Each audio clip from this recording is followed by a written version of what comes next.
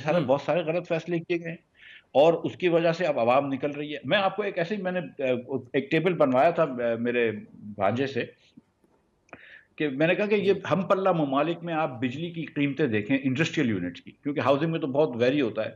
تو ایجپٹ تو آپ سمجھ لیجئے کہ 6.5 روپے پونے 7 روپے کا یونٹ دے رہا ہے، نائجیریا 8 روپے کا یونٹ دے رہا ہے، انڈونیشیا 19 روپے کا یونٹ دے رہا ہے، ویتنام 20 روپے کا، ساؤتھ افریقہ 23 روپے کا، بنگلہ دیش 26 روپے کا، ٹرکی 31 روپے کا، ملیشیا 33 کا، تھائی لینڈ 34 کا، سری لنکا 35 کا، انڈیا 36 کا، اور ہم 45 روپے یونٹ دے رہے ہیں بجلی انڈسٹریز کو. تو جب آپ اتنی مہنگی کریں گے تو وہ انڈسٹری والا کیا کرے گا؟ وہ جا کے 9 روپے کا اس کو یونٹ پڑ رہا ہے کیا ہے اس کا سولر کا، وہ لگا لیتا ہے.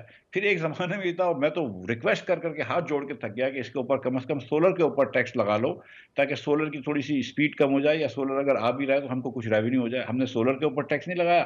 ہم اسٹیٹ بینک سبسڈیز کا ساتھ لون دیتی تھی، 2% پہ یا 3% پہ لون دیتی تھی کہ آپ اس سے سولر خریدیں.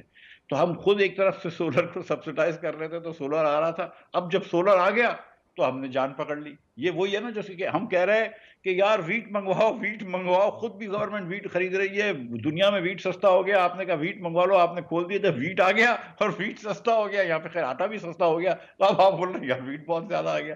تو اگر پہلے تھوڑا سا سوچ لیا کریں حکومت، اور اگر یہ تو 6 مہینے اس کا سال کے فنڈامنٹلی جو مفتہ صاحب آپ خود بھی فائنانس منسٹر رہے ہیں، ڈیسیجن میکنگ میں بہت بڑا مطلب ہمارا فلا دیکھیں نا. صرف اگر 4 سال اٹھا کے دیکھیں، اس میں گندم سکینڈل، پھر شوگر سکینڈل، اب دوبارہ سے ایک اور گندم میں ہم نے پھر بلنڈرز کر دی. یہ صرف 3-4 سال اگر اٹھا کے دیکھیں، لیکن پھر بھی ہم کیوں نہیں سیکھ پا رہے؟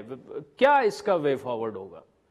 سر دیکھیں، مثال کے طور پر مجھے یاد ہے کہ 2014 یا 15 یا 16 میں جب نون کی حکومت تھی تو ہم نے 6 مہینے کے اندر ہم نے امپورٹ بھی کری تھی گندم اور ایکسپورٹ بھی کری تھی. اب پاکستان کے اندر مثال کے طور پر 28-29 ملین ٹن گندم کنسمپشن ہوتی ہے، 1-2 ملین ٹن کی آپ کے پاس ریزروز ہونے چاہیے. اب حکومت کو تو اتنا گیس تو نہیں ہوتا نا. اب حکومت کو یہ پتا ہوتی ہے کتنے ایکڑ کی، لیکن ان کو یہ نہیں پتا ہوتا کہ کتنے ایکڑ اس پہ کتنے من آئے گی. اب زمین تھوڑی سی گندم زیادہ آ گئی ہے، لیکن جب آپ فیصلے کرنے چاہیے آہستہ آہستہ سے. آپ کہیں کہ اچھا آپ گندم منگوا سکتے ہیں لیکن 2.5 لاکھ ٹن منگوا لو. پھر تھوڑی سی 2.5 لاکھ ٹن آتی ہے، تھوڑا سا پھر آپ اس کو اچھا 2.5 لاکھ ٹن اور منگوا لو. جب آپ بلینکٹ پرمیشنز دے دیتے ہیں نا کہ سب منگوا رہے ہیں، تو پھر آپ کو تو حساب ہی نہیں رہتا نا کہ کتنی آئے گی کتنی جائے گی. تو یہ تھوڑی سی ہم کو اس طرح کرنا چاہیے. لیکن اصل میں یہ ہوتا ہے کہ لوگ جو ہے نا سر سیاسی طور پہ فیصلے کرتے ہیں، اور جو الیکٹرن سائیکل کے حساب سے فیصلے کرتے ہیں کہ یار الیکشن سے پہلے یہ ہو جائے یا الیکشن کے بعد یہ ہو جائے وغیرہ وغیرہ. ان کے اپنے پیسے تو نہیں لگے ہوتے، تو آپ کو یہ ڈر نہیں ہوتا کہ آپ غلط فیصلہ بھی کر لیں تو آپ نے تو پیسے نہیں دینے. جو پی آئی اے کو اگر آپ 10 سال پہلے پرائیویٹائز کر دیتے تو 600 ارب روپیہ اس قوم کا بچ جاتا، لیکن آپ نے نہیں کی. آپ نے کہا یار یہ بہت سیاسی طور پہ مشکل ہے، چلو نہیں کرتے.